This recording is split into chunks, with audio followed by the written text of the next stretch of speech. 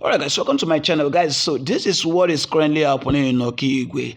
Alright, so this Nigerian military with some other guys, some other security outfits or agencies that were mounted by the corners, every corner of Okigwe. That has to say that Okigwe has been surrounded by the Nigerian military and some other security outfits.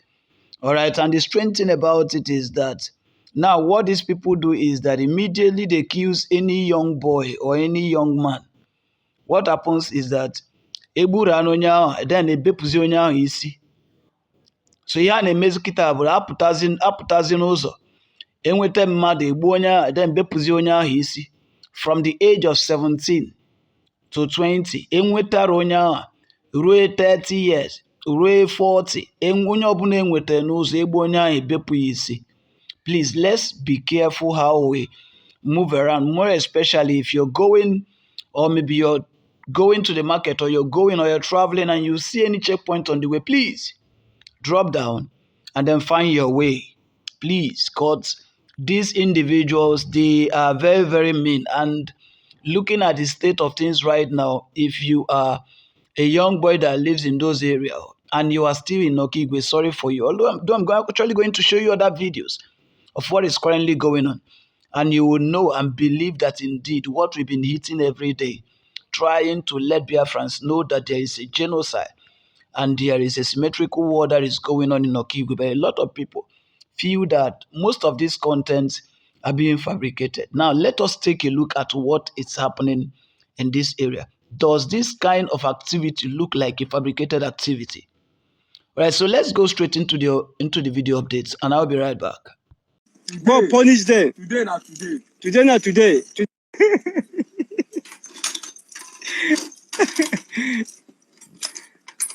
So you see, now so, another one again.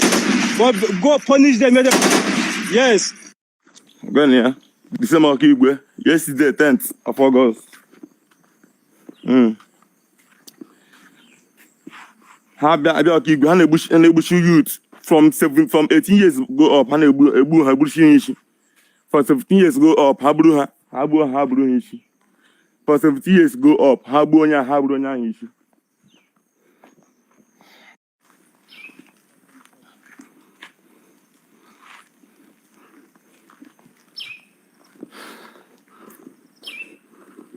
And from 18 years go up. Habronya civil. Habru issue.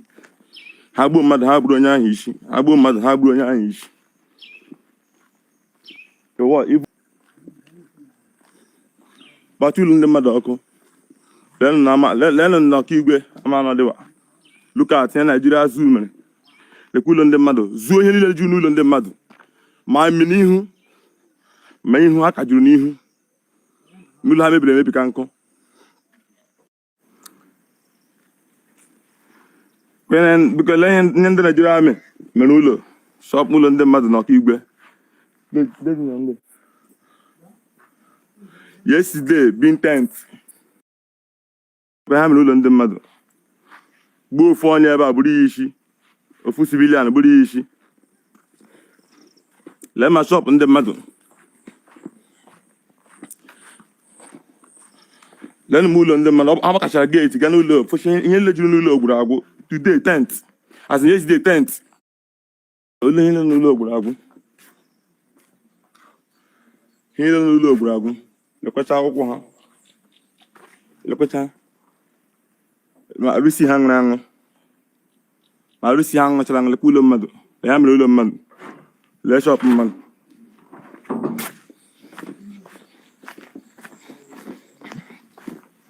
Yesterday, 10th of August. I'm going to have a mother. Okigwe. Good time, I found some mother. Okigwe and damn it. Within definitely. Joint team, I join up.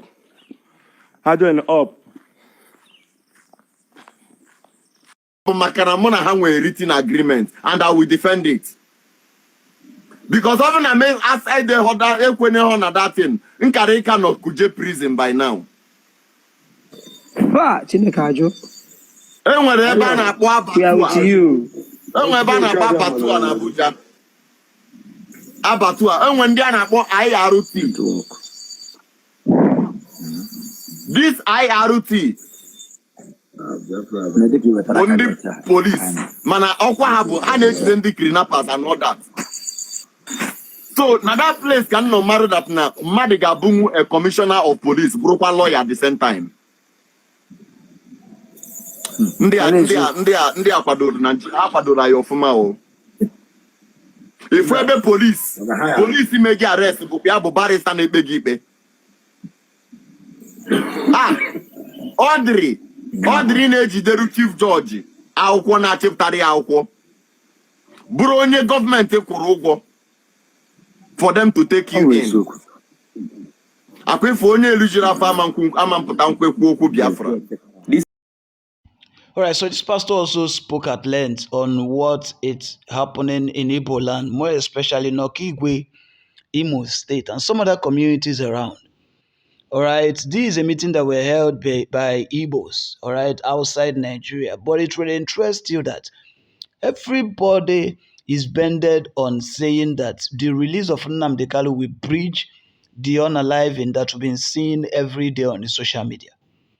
And then a lot, and some also were asking, how is it going to be possible? Is Nnamdi Kanu now going to be the one to fight the same government that swore to make sure that he never gains his freedom?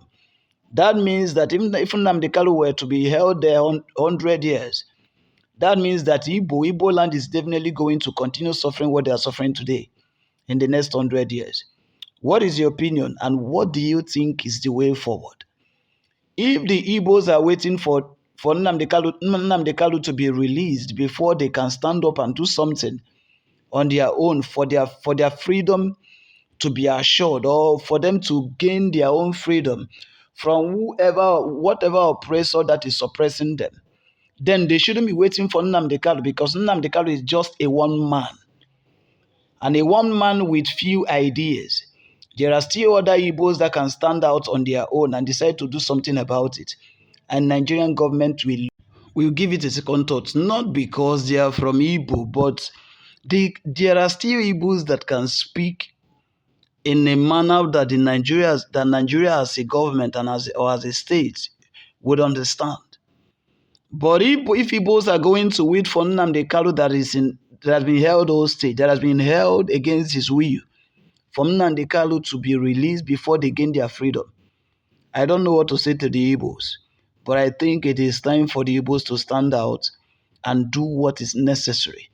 That is what is happening to us in this land, Biafran land.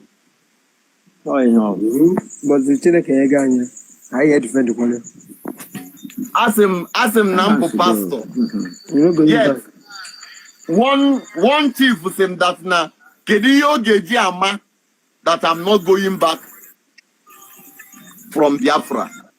Kediyo Geji Ama that name we check him, that I will not drop.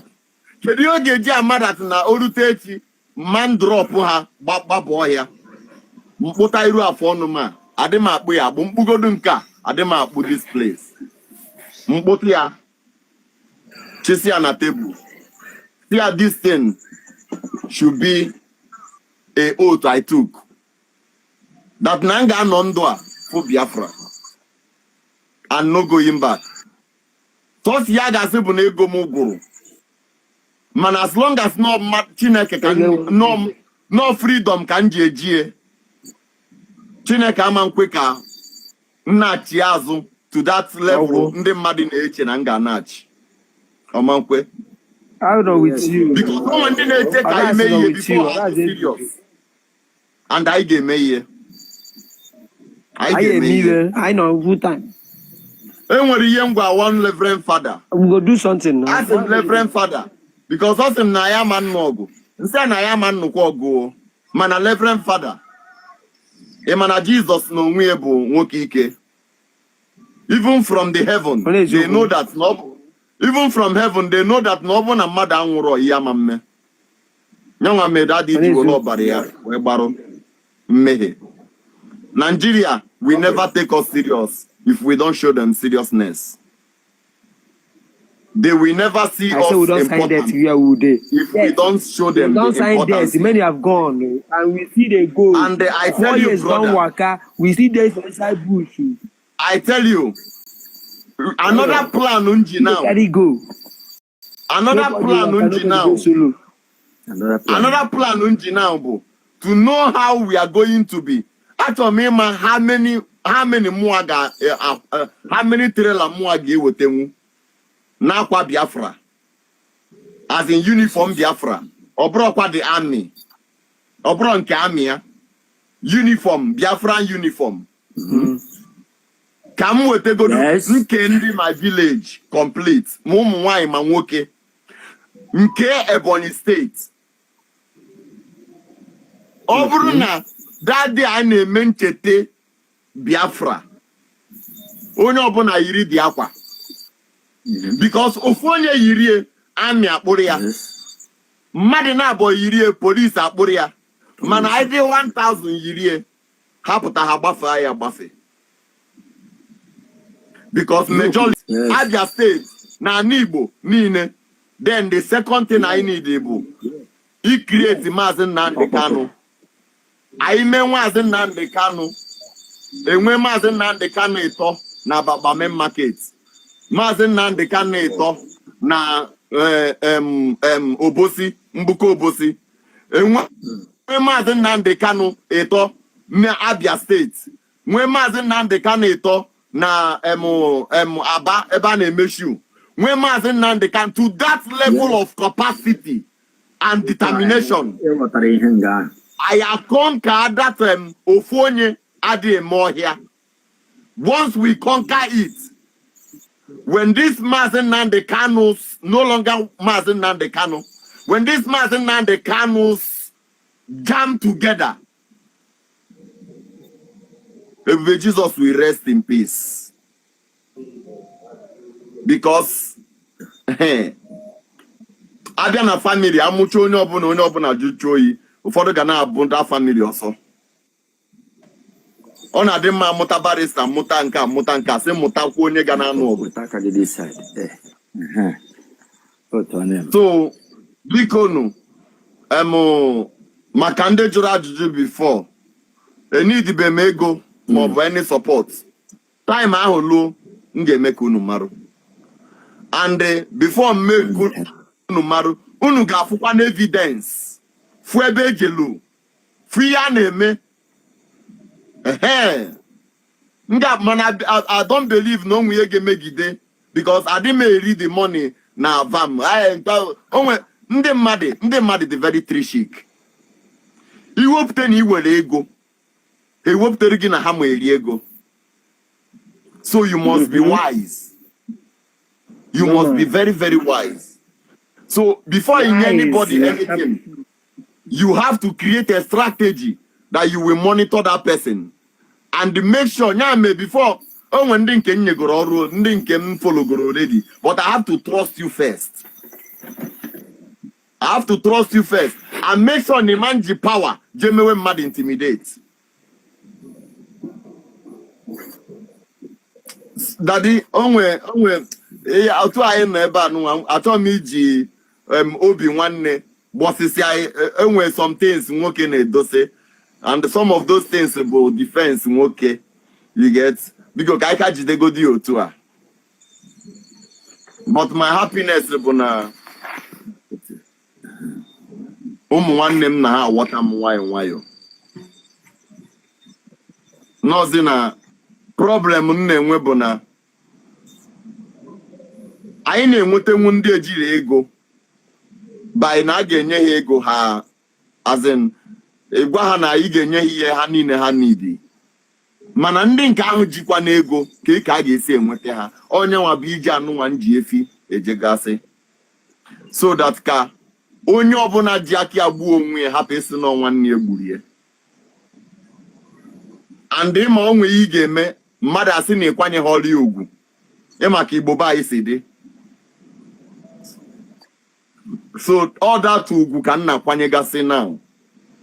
Can make it sure that na fulfill all mandates. And then when you na His Excellency na Ghana kparo. Nna kwa heche can get say follow that idea. Because the more in meet these people, the more ka ha na-enyekwa gị their own wisdom and ihe ha gabigago political and all that. So o nwekwa one idea onye m n'ihe m na-aga ije. So and I'm trying to execute the idea. You know, enwere onye ga-apụtanwu. Even some of the things I do here, na-apụta na-ekwu sometimes.